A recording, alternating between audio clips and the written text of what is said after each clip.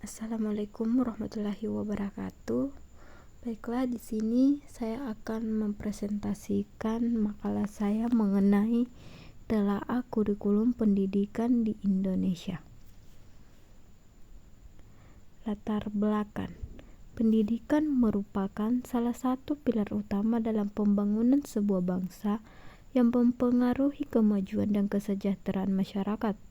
Kurikulum yang diterapkan di Indonesia telah mengalami berbagai perubahan dan penyempurnaan seiring dengan perkembangan zaman dan kebutuhan masyarakat. Perubahan kurikulum ini bertujuan untuk meningkatkan relevansi dan efektivitas proses pendidikan, serta menyesuaikan dengan tantangan global dan lokal. Yang pertama, yaitu mengenai perkembangan kurikulum, di mana secara etimologis istilah kurikulum yang dalam bahasa Inggris ditulis curriculum berasal dari bahasa Yunani, yaitu curir yang berarti pelari dan curer yang berarti tempat berpacu. Tidak heran jika dilihat dari arti harfiahnya. Istilah kurikulum tersebut pada awalnya digunakan dalam dunia olahraga, seperti bisa diperhatikan dari arti pelari dan tempat berpacu, yang mengingatkan kita pada jenis olahraga atletik. Berawal dari makna curir dan curer, kurikulum berdasarkan istilah diartikan sebagai jarak yang harus ditempuh oleh seorang pelari mulai dari start sampai finish untuk memperoleh medali atau penghargaan.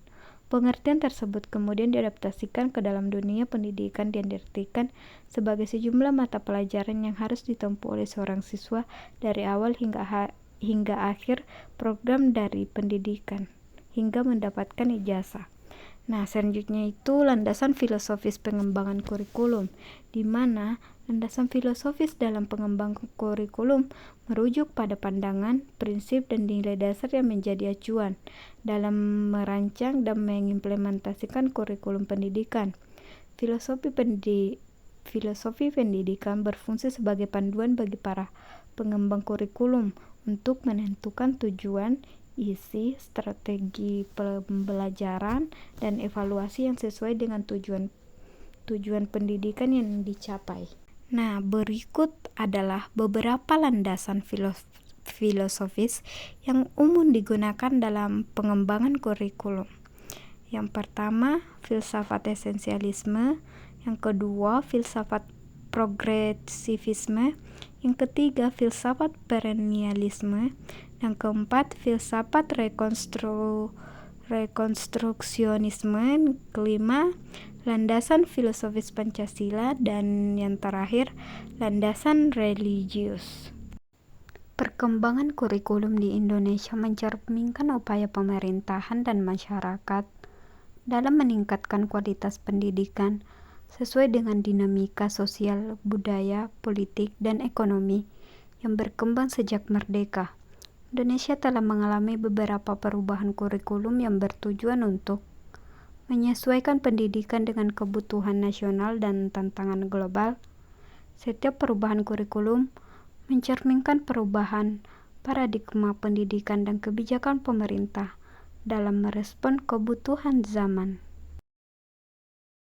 Selanjutnya ialah tahapan perkembangan kurikulum di Indonesia, yang dimana kurikulum pertama di Indonesia yaitu kurikulum 1947, dan yang kedua kurikulum 1952, yang ketiga kurikulum 1964, yang keempat kurikulum 1968, yang kelima kurikulum 1975, yang keenam kurikulum 1984, yaitu kurikulum CBSA, cara belajar siswa aktif.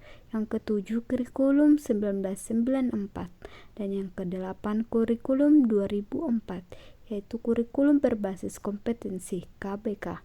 Dan yang kesembilan kurikulum 2006, yaitu kurikulum tingkat satuan pendidikan KTSP. Dan yang ke-10 kurikulum 2013. Dan yang terakhir yaitu kurikulum merdeka.